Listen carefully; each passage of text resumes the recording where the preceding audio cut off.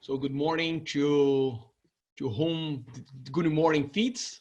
Good evening to all. Good night for some.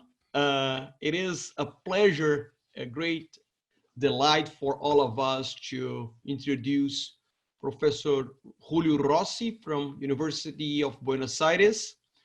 Julio is a leading expert on elliptic PDEs, pre-boundary problems, regularity theory, and also very well known to be an excellent speaker.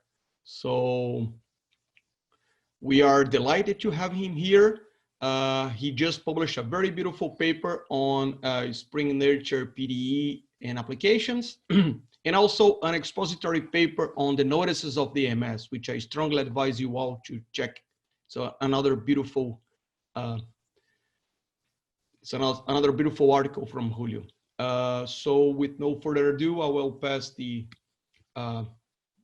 floor to Julio, and thank you again, Julio. Okay, so thank you very much. Thank you for the introduction. Oops. I will try to share my screen now. If you allow me to continue, that's it. Here we are. Okay, so thank you again for the introduction, and thanks to the organizers. Thanks, Jan, for the organization of this seminar. For me, it's a pleasure to be here today. Well, it's a pleasure because I am at home. I like to be at home, but it's a pleasure to give this seminar today. So that's the title of the talk, and I'm going to talk about a relation between game theory or probability and PDEs. That is by now well-known stuff, but I will recall some things at the beginning, and at the end I will talk about our results for a nonlinear system. The results are a joint work with Alfredo Miranda, and Alfredo Miranda, I think that is here in the audience as well, so you can ask questions or you can say hi to him. Okay, let us start with the plan of the talk. What is the idea of the talk? The plan of the talk is first to present some simple relation between the random walk and the Laplacian, the usual Laplacian, and next enter into nonlinear stuff and try to arrive at the end to a nonlinear system, to find solutions to a nonlinear systems of PDEs, of partial differential equations, using, let me say, a game theoretical approximation. So using probability and values of games. So let us start with the simplest thing, that is the Laplacian and the linear part of the talk. So you have a domain in R2. The R2, just for simplicity, you can take Rn if you want, and a smooth domain in R2. You start at some point x inside omega, and you ask the following question. You move completely at random, and you have a final payoff in the exterior of the domain. And when you exit the domain, you get this amount of money given by F, capital F of the exiting point. So when you start moving around and you exit the domain, you get some payment. And you ask yourself, okay, what is the expectation, because you are moving at random according to the probability that you are moving, of the final payoff. And you call this stuff U of X. And you ask yourself, okay, U of X solves what? Okay, we are going to assume two things because of random walks. In random walks, you assume two things. You assume that you walk completely blind. So you are blind and you don't know any preferred direction. So you don't know where you're going in your walk. And you are also completely drunk, which is a sort of crazy thing for me at this hour in the morning, because for me it's 10 o'clock in the morning, but you can assume that I am drunk. And so I have no memory of what I've done in my previous step. So each movement is independent of the history of what I've done until this time. Okay, to be more concrete, fix an epsilon positive, some number which measures the length of the steps that you are making. And you have four possibilities because you are in R2. You can move one step forward, one step backwards, one step to your left, or one step to your right.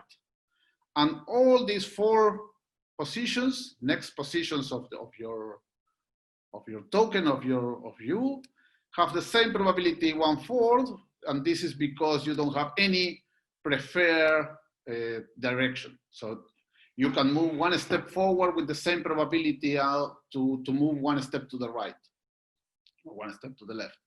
Okay, if you say that U epsilon is the expectation of the final payoff when you exit the domain, you can compute a formula, you can compute an equation for U epsilon, and it's the following. You apply conditional expectations that says that the expected amount of money that I'm going to get starting at X is the probability of making 1 step forward times the expected amount of money that I get making 1 step forward plus the probability of making 1 step backwards times the probability, the expected amount of money that I will get making 1 step backwards, and so on.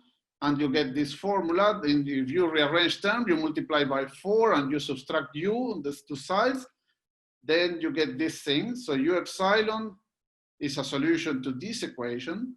And in these equations, you can see easily a second order discretization of the second derivative in the direction of X, and a second order discretization of the second derivative in the direction of Y. So when you try to pass to the limit, as epsilon goes to 0, you end up with a viscosity solution, with the solution, let me say, of the Laplacian equals to 0, so harmonic function, with boundary conditions equals to F in the boundary of omega, because here is your final payoff is defined on the exterior, in the boundary of the domain. Okay, this simple thing of approximating solutions to the PDE, to a harmonic function with boundary conditions. So for the Dirichlet problem, for the Laplacian, you have a simple way of approximating this by a sequence of, let me say, values of gains related to probability. And this is the starting point, the first step into Monte Carlo method, because you can simulate these random walks in the lattice, because here we have the lattice, because we are moving only in the coordinate axis, in the direction of the coordinate axis. So you can simulate this in a computer, and this is very fast. This is very good, because this gives me the opportunity to make a connection with the previous talk by Armud Jensen in this same seminar. So he talked about these Monte Carlo methods and machine learning for solving PDEs. This is the starting point of this, but we are going to do it for nonlinear equations. And I am not going to say anything concerning the computation of these functions U epsilon, because I don't know how to do it. I am not a numerical expert. So now for the infinity Laplacian, the other operator that will came into account in this talk is the infinity Laplacian. What is the infinity Laplacian? The infinity Laplacian is this combination of first and second derivatives, and is essentially given by the matrix. This is the Hessian of the function U times the direction of the gradient times the direction of the gradient transpose. So this is the second derivative in the direction of the gradient of the function itself. This operator is nonlinear. Clearly it's nonlinear because you have this multiplication of second derivative by first derivatives. It's in divergence form, not in divergence form because you cannot integrate by parts.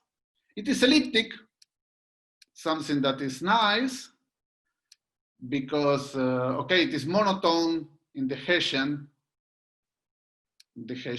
so it is monotone in the matrix that is involved, and is strongly degenerate because you can only control one of the second derivatives, and the direction in which you control the second derivative of your function changes with the gradient of the function itself. So to compute this operator in a smooth function, let me say that I have a smooth function with gradient that is different from 0, then you took the direction of the gradient and you compute the second derivative in this direction. And the direction is changing from one point to another because the gradient is changing from one point to another.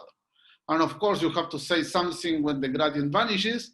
but I will not enter into details. Let me say that the operator is well defined, even if the gradient vanishes, in the sense that the upper semi-continuous envelope and the lower semi-continuous envelope of U verifies some equations in the viscosity sense. Okay, what is a solution to this operator equal to 0? Okay, so infinitely harmonic functions. The simplest one is a linear function, and a fine function, a plane, is a solution because the Hessian vanishes.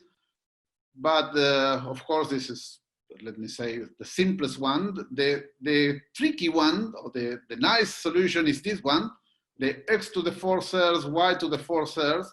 It is infinitely harmonic in the whole R2. And as you can see, this function is not C2, so you cannot compute the Hessian, the matrix of the second derivative is not, you cannot compute it. As long as you compute it along the axis, this is forbidden. So, okay, this is the key of entering into viscosity solutions. This is a viscosity solution to this equation. I am not going to present you the definition of what is a viscosity solution, but let me say that in an informal way, this is a simple way of understanding what is a solution to a PDE. Just taking derivative on touching functions. You touch the graph of your solution from above or from below with smooth functions, and you compute the derivative in your touching function from above or below. Okay, so in here you can see that this nonlinear operator is a strongly degenerate elliptic, so you have solutions that are not as smooth as you want, like for the Laplacian. For harmonic functions are analytic, but these are not in general.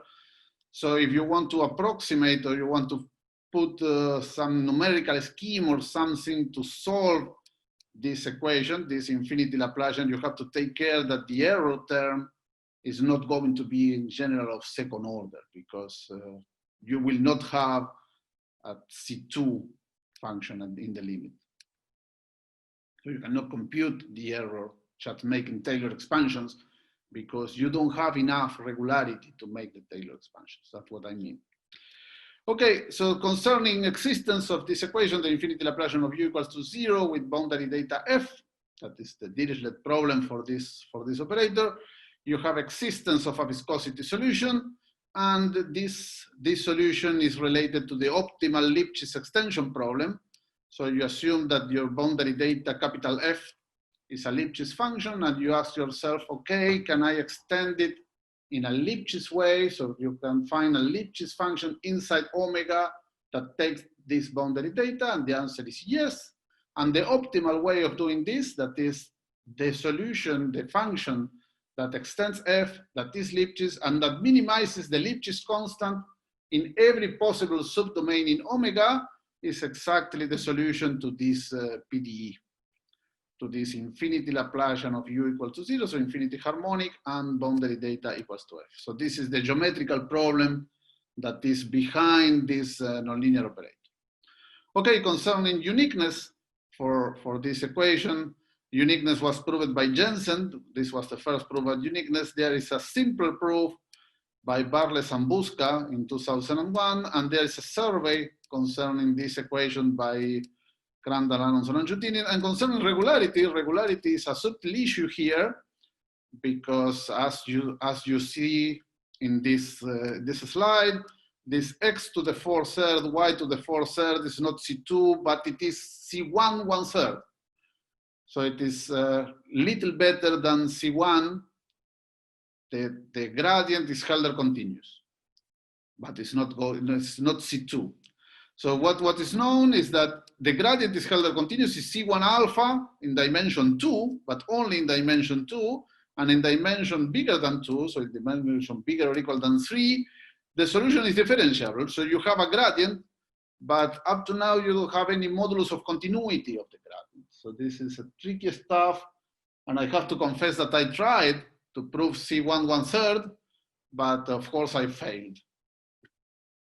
And with Eduardo Teixeira, we have some results with Eduardo Teixeira and Jose Miguel Urbano. We have some results of regularity of solutions to equations like this, but close to a free boundary point, not everywhere, not inside the domain.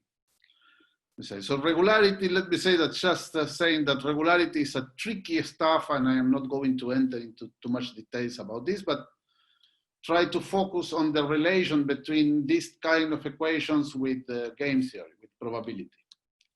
Okay, what is the game that is related to these equations? So I have to present you the rules of the games, and I'm going to, let me say, spend a couple of minutes in this slide.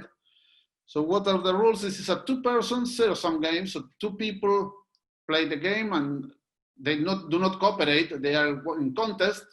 And the total amount of money that one of the players is getting is exactly the total amount of money that the other player is paying. So here you don't have any state of any taxes or any casino rules that says that some part of the money is given by the casino. No, no, no. Here is a private arrangement between two people that are playing this game. Okay, the first player tries to maximize the expected outcome, and because they are in contest, the second player tries to minimize the outcome, because player one is getting the money and player two is paying that money, pay that amount of money. You play inside a domain, omega in Rn. This is a bounded domain, a smooth bounded domain, and you assume that the boundary is included in some strip around the boundary gamma in the exterior, and in gamma you have a final payoff function exactly as before. So when you exit the domain, the first player gets f, the amount of money given by f of this point, and the second player pays this amount of money. And what are the rules of the games? You start at some point, x0 inside omega, and then you flip a coin, let me say a 1/2 probability coin, and the winner, if you get heads, the first player chooses. If you get tails, the second player chooses. The winner of the coin toss chooses the new position of the game. At any point inside the ball of radius epsilon, here is the same step that you are making. The size of the step epsilon that you were making in the random walk is here again. This is the epsilon, but now you can choose. The first player can choose the new position of the game, and the second player can choose the new position of the game. You continue playing until you exit the domain. And when you exit the domain, the first player gets this amount of money and the second player pays this amount of money. This is because this minus here. So this is a zero-sum game because the sum of the two is equal to 0. Okay, so what this is a sketch of what's going on. Maybe it is too dark to see something, but okay, that's the picture. So you start at x0, you flip the coin with probability 1/2.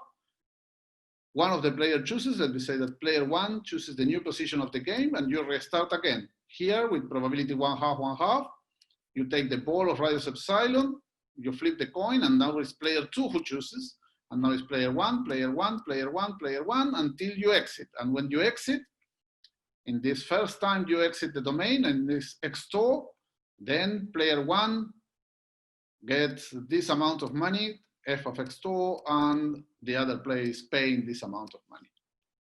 Okay, those are the rules of the game.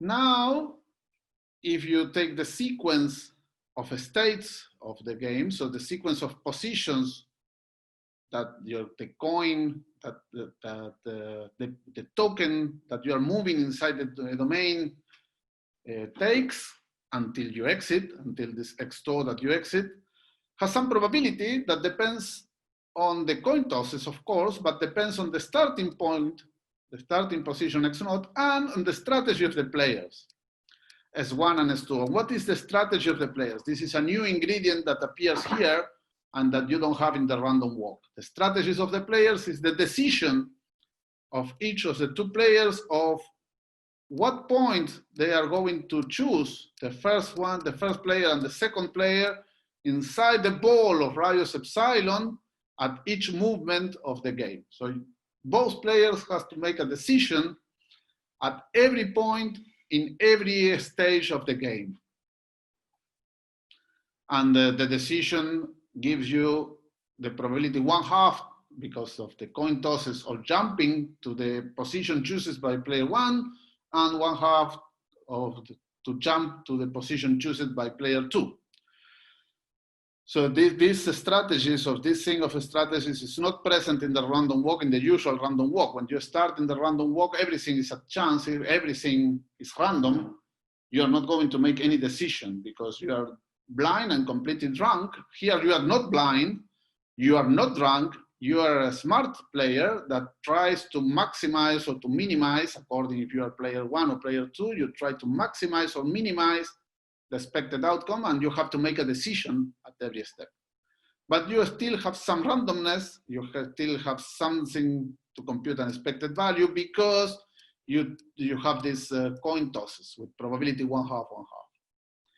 So if you fix the two strategies, you can compute the expected value starting at x naught with these two strategies of the final payoff, and this gives you some number, some value. And now, since players know what we're doing, the player 1 tries to maximize this expected result, and player 2 tries to minimize. So there are two extreme cases. The first one is that you compute the infimum and then the supremum. So player 2 is trying to minimize, computes the infimum among all possible strategies of the expected value, and then player 1 compute the supremum, and the second extreme value is just you reverse the infimum and the supremum. The first one is the best possible thing that player 2 may hope, because against any strategy of player 1, he minimizes first, and then player 1 tries to save what he can and compute the supremum, and the other way around in the second extreme cases. Okay, the definition, the clear definition from game theory, that says that the game has a value, and we call it u epsilon because we have to emphasize what is the size of the step that we are making. If and only if the two extreme values coincide, and this is just reverse the infimum and the supremum, and this is something delicate in general because you cannot reverse infimum with supremum without taking care of what you're doing. But the general theorem by Perez, Ram, Sheffield, Wilson says that this game has a value. So this Tug-of-War game that is called in the literature has a value u epsilon. What is the equation verified by u epsilon? The equation verified by u epsilon, that is called the dynamic programming principle, is the following. The expected value of the game at some point x is given by the probability of player 1 to win times the expected value provided that player 1 wins. And the expected value provided that player 1 wins, since player 1 wants to maximize the expected outcome, he will choose a point in the ball of radius epsilon that is close to the supremum of the expected values. And you have to add the other possibility, that is the probability of player 2 to win, the coin toss, times the expected value provided that player 2 wins, and he will choose something, the other player will choose something close to the infimum in the ball of radius epsilon. If you rearrange terms, that is you multiply by 2 and you subtract in the other side of the equation, you get this form of writing the equation verified by the value function of this game, the u epsilon. And in this equation, you can notice first that the equation is nonlinear because you have this supremum and infimum inside your equation. So this is a nonlinear equation.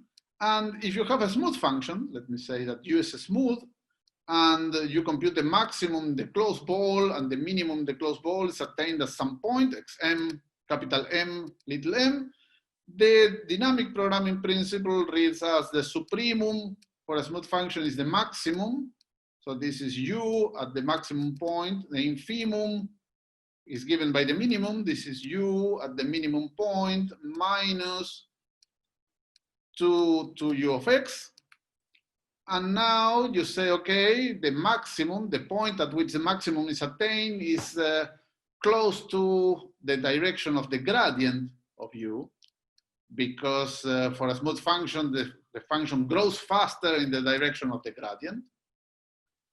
And the minimum point is close to minus the direction of the gradient, because if the function is growing in the direction of the gradient, then it's decreasing faster in the direction of minus the gradient.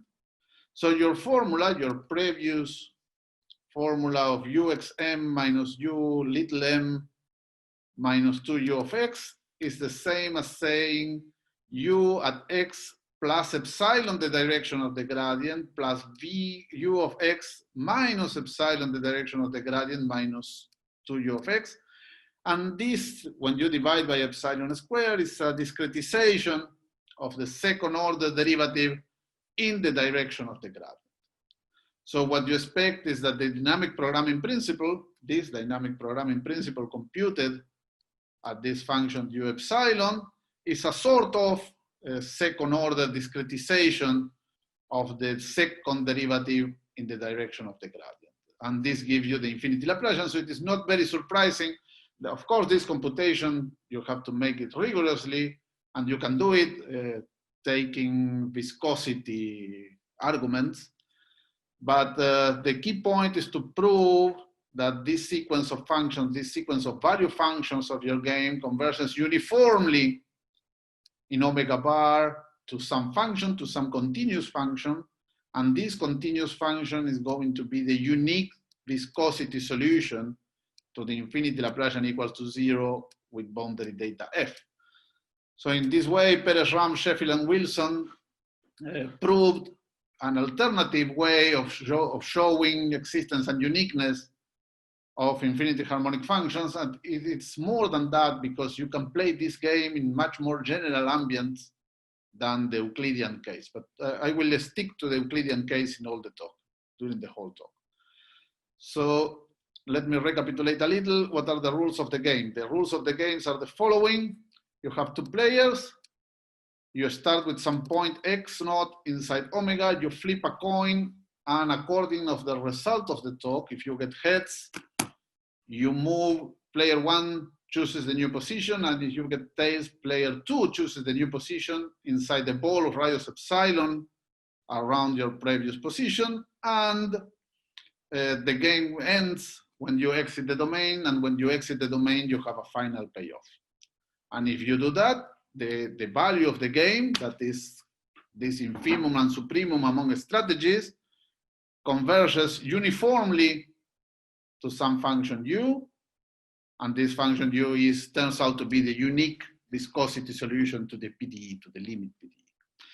Two things that I have to mention is that in general, this sequence of functions u epsilon are not continuous, because you have a discontinuity given by the size epsilon that you are making. Because if you are very close to the boundary, if you are at let me say, length epsilon, distance epsilon to the boundary, then you are not able to jump in one step out, but you are a little closer, then you are able to jump only in one step. And the difference is this 1/2, 1/2.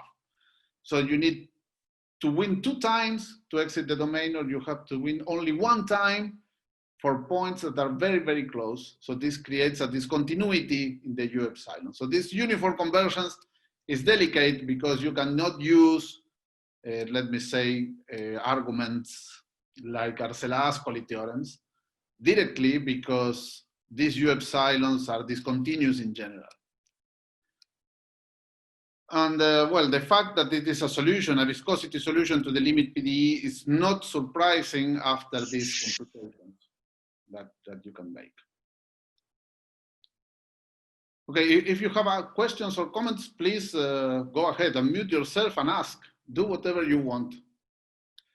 Okay, concerning our results, we are going to deal with a system, and our motivation here is how to present a game theoretical approximation for a system of PDEs in which you have 2 different operators. So you have this infinity Laplacian that I wrote before, and the usual Laplacian with the random walk associated with the random walk. This is associated with this Tug-of-War game that I showed you before. This is the first equation, this is the second equation. So this is a system of equations. You have 2 boundary data, f and g, defined on the boundary of the domain, that I will assume that are both Lipschitz functions. This Lipschitz regularity it's not needed, but helps a lot for the proof. So uniform continuity, a modulus of continuity is okay, but Lipschitz continuity is much simpler to do the proofs. The domain is smooth, bounded at the smooth. We don't need too much smoothness of the domain. With an exterior ball condition, it's okay, you can do it, but assume that it is smooth and that's fine. The only thing that I have to emphasize here is that the coupling between the two equations is given by this minus v of x and this minus u of x, and the coupling is not any coupling, any possible coupling. You can add coefficients here in front of v of x and u of x depending on x. But for example, I don't know how to do it for v squared and u to the power 3, for example. So I don't know how to put powers in the coupling with this game theoretical approximation. And also this plus u of x plus v of x are there, and I don't know how to do it with u squared and v squared here or there. So the coupling and these extra terms that appears in the operators have to be there in our case, and we don't know how to deal with more general nonlinear couplings. But the infinity Laplacian is nonlinear, so this is a nonlinear system at the end, and the main motivation for us is to take two different operators. Okay, this system is not variational, so you don't have an energy to minimize, so you are far from, let me say, the variational theory in Sobolev spaces. Here you have to tackle the problem using viscosity solutions, viscosity stuff. Okay, what are the rules of the game that we figured out how to approximate solutions to this system using a game? You have again a two-person zero-sum game. Now the game is played into two different boards. So you have two copies of the same set omega, one up and one down, the first board and the second board, two final payoff functions, f and g. And what are the rules of the game? In the first board, with probability 1 minus epsilon square, and this is the exact scale at which you have to choose the probability, the players play Tug-of-War games, as described before. So with probability 1 minus epsilon square, they toss a coin with probability 1/2, 1/2, and with probability 1/2, 1/2, the player 1 chooses the new position, the player 2 chooses the new position. And with the rest of the probability, this epsilon square, with the sum of the two is equal to 1, with the epsilon square, the position of the game jumps to the second board at the same point, exactly at the same point inside omega. In the second board, with probability 1 minus epsilon square again, you move at random inside the ball of radius epsilon with uniform probability. So here you don't have to make any decision. You don't flip a coin, or if you want, you flip a coin according to uniform probability in the ball of radius epsilon. And with probability epsilon square, you can go back to the first board. So here you have a picture and a scheme of what you're doing. In the first board, you flip a coin with probability 1 minus epsilon square, and player 1 chooses, or player 2 chooses the new position of the game inside the ball of radius epsilon. And with probability epsilon square, you jump to the second board. In the second board, with probability 1 minus epsilon square, you choose any point completely at random inside the ball in this shaded area inside the ball of radius epsilon, and with probability epsilon square, you go back. You have some final payoff given by f and g outside the domain omega, and when you exit the domain, as you can expect, the last thing is that when you exit the domain, when the position exits the domain omega, then the first player gets this amount of money and the second player pays this amount of money if you exit in the first board, and if your position of the game exit being in the second board, then the final payoff is given by G. Okay, you have a pair of expected values because now the expectation depends in your starting point is in the first board or in the second board.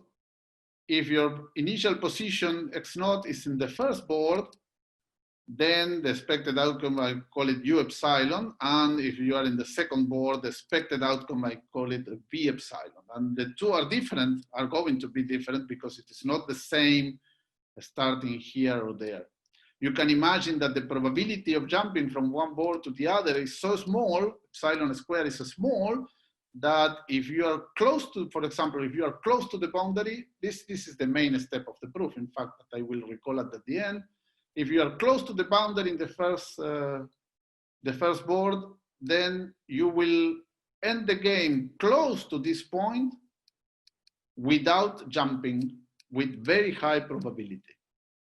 So the value function starting at this point close to the boundary in the first board is quite different from the value function starting in the second board close to the boundary, because here you have a final payoff that is different in general from this final payoff. Okay, so what is the equations that the two value functions, that the pair of value functions for this game verify is the following. You have u epsilon is given by the probability of jumping for the second board times the expected value if you jump, and the expected value in the second board is given by v epsilon, plus y minus epsilon, the probability of playing, and the result of playing the tug-of-war game. So this flip the coin, 1/2, 1/2. Player 1 chooses the new position, player 2 chooses the new position of the game. And in the second board, the expected payoff is given by epsilon square, the probability of jumping to the first board at the same position, plus 1 minus epsilon square playing, and playing is just by random, so you just integrate u epsilon. Here you can replace the integral by this 1/4, 1/4, 1/4. This mean value of the random walk is going to be the same at the end. The limit is going to be the same. Okay, outside the domain, you have the final payoff given by f and g. So these two equations hold inside for x inside omega, and these boundary conditions or exterior conditions are given for x outside the domain. Okay, this system, this particular system of equations has a unique solution. And you can look at this particular system of equations as a sort of discretization at level epsilon of the equations in this system of PDEs. Because here you have second order derivatives, here you don't have any derivatives, but you have a sort of differences, nonlinear differences that gives you the infinity Laplacian, and here you have a difference, a linear stuff because the integral is linear, that gives you the Laplacian in the limit. And there you can see that when you divide by epsilon square everything in order to obtain a second order discretization here, you get this coupling stuff. This is why this epsilon has to be epsilon square to keep the dimensions of the system of the problem. Okay, and of course this is coupled because here you have v epsilon and here you have u epsilon. You can add coefficients that depends on x, saying that the probability of jumping from one board to another depends on the point in consideration, but I don't know how to do it with powers. So I don't know how to take here, for example, p squared. So I repeat this and I emphasize that the coupling in this system is quite particular. Okay, what does the theorem says? The theorem says the following thing, that the u epsilon converges uniformly to some limit, v epsilon converges uniformly as well to some limit v, and this pair, uv, is characterized as being the unique viscosity solution to the system. Proving that the system has a unique solution is a pure PDE proof. So you prove a comparison principle for this system, and this is just let me say, using viscosity solutions, viscosity stuff. So this uniqueness came from a pure PDE argument. Convergence is delicate, and the main idea to prove convergence is to use a sort of asymptotic Arcelor-Ascoli lemma in which you control the solutions, the value functions u epsilon and v epsilon are in general discontinuous again, but you want to control the measure of the oscillations, of the jumps. And to do that, you have to do the following thing. You have to place yourself first close to a point y on the boundary of omega. And if you start close to a point y at the boundary of omega, then each of the two players has strategies that forces the game to end at some point that is quite close to y without changing board with very high probability. And for that, you need to control the expected number of times that you play, and you need that expected number of times that you play, provided that you start close to the boundary, close to a boundary point, is, let me say, less or equal than a small quantity over epsilon squared. And this is the key part of the proof that you have to control, because you want that the probability of changing boards when you are close to the boundary is very small. And you want this for two reasons. First, to prove uniform convergence.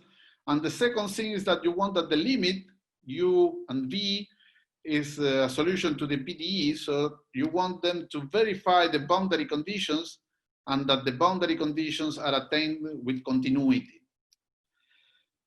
If everything is Lipschitz and the domain is smooth, like in this case, like the thing that I am presented here, the limit, you get a slightly better regularity of the limit. You get that the limit uv are given by a pair of Lipschitz functions. So the Lipschitz continuity of the data g and v extends to the limit, and you get Lipschitz continuity of u and v, with a modulus of continuity that is given by the worst of the two modulus of continuity of the two Lipschitz constant of g and v, of g and f. Sorry, so u and v are going to be Lipschitz functions, but another thing that I don't know how to do it is to prove for the system better regularity, let me say. Some continuity of the gradient, for example, even in dimension 2, continuity of the gradient for the pair uv, I don't know how to tackle this stuff. Okay, so those are the things. And at the end, when you have the estimates at points that are close to the boundary, then you want to extend these estimates to the whole domain omega. And this is done because doing a coupling strategy between two games. But this is just a probability argument. All these estimates, for a points that are close to the boundary are, let me say, are given in terms of probabilistic arguments, because you want to use the game approximation. And the game approximation shows how to deal with the, let me say, strategies for one player or the other player in such a way that you get sub and super solutions for this system. This is essentially what you're doing. So the system of equations that is verified by the value functions of the game, when you specify some strategies, you obtain sub and super solutions to this thing, and you can go on and prove something. Okay, concerning references for this kind of things, I will mention these ones that are the closest ones for what I'm presenting today. The first one, and Koike's reference, are notes on viscosity solutions. So these two are just general references for viscosity solutions. Perez-Sheffield and Perez-Sham, Sheffield and Wilson are the first stuff of Tug-of-War games. And later with Manfredi and Parvianen and with Plavo-Blanc, we made some progress into nonlinear operators as well. You can take more general operators. Here, let me mention that you can take more general operators that are not the infinity Laplacian or the Laplacian. For example, you can take a P Laplacian and a Q Laplacian, normalize P Laplacian and normalize Q Laplacian in the first equation and the second equation. You can do any kind of operators as long as you have a game for which you have this expected amount of times that you're playing with a nice expectation. and you compute something there. Okay, extra references concerning game theory. You have a bunch of names here. I am not going to refer to everyone, and I am sure that in this list you have some omissions, of course, and but you can tackle, as I told you, other operators, more general operators, and there are some names for the viscosity solutions to the P-Laplacian and regularity for the P-Laplacian.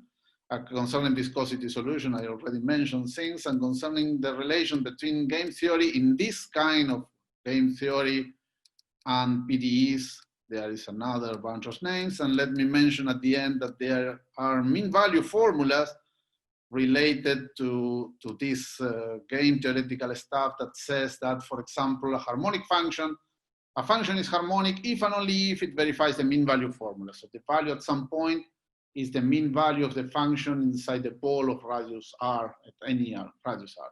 Okay, there are some mean value formulas for nonlinear equations as well, and those are asymptotic mean value formulas. And there you have names related to this asymptotic mean value formulas. And for the P-Laplacian, for example, you have an asymptotic mean value formula. And this was a work with Manfredi and Parvianen. Okay, so I will stop here. So thank you very much for your attention. And I think that my time is, okay, I have still 3 minutes, but I will stop here. So thanks a lot for your attention. Oof, that's it. Thank you so much, Julio, for this beautiful talk. So now I would like to open the floor for eventual questions. And if you have a question, you can either place it on the chat or unmute yourself and ask. Mm-hmm.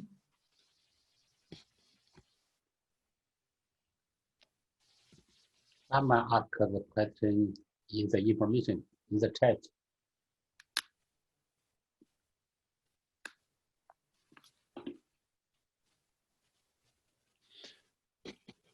Julio? What if it's not a max mean, but a Nash equilibrium? Okay, these games, the equilibrium value or the value for this game is not a Nash equilibrium. It's just this infimum supremum, this supremum infimum of infimum supremum coincide, and this is the equilibrium value of the game. This is the value of the game. Okay, and that this is unique as well. So U epsilon, the value of the game is unique. There is a unique solution to this dynamic programming principle with the boundary conditions. And the same happens with the system. For the system, you have uniqueness of this DPP. So there is a unique equilibrium, let me say, for the game. There is a unique pair of value functions that is the expected amount of money that you're going to make. Okay. Where is the constant kappa came from? The constant kappa that I didn't mention, the constant kappa that is here, you can choose the constant kappa, making that the game, when you play at random in the ball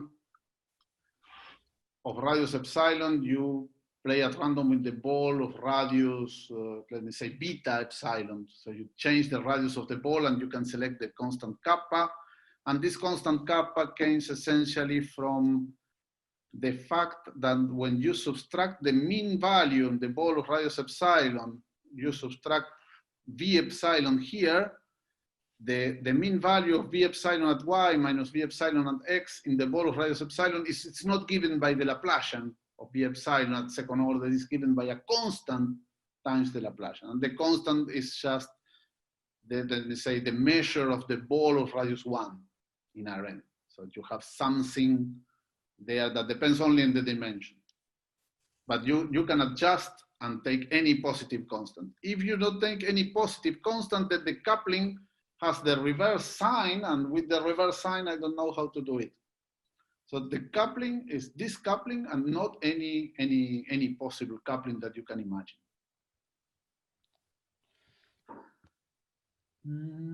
Let me open the chat again.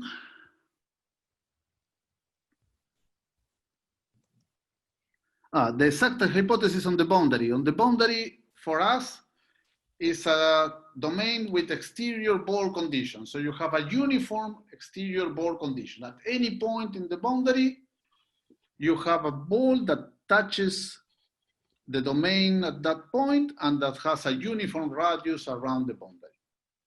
This is enough for the argument. If you want some Lipschitz regularity, let me say the boundary has to be a little more smoother.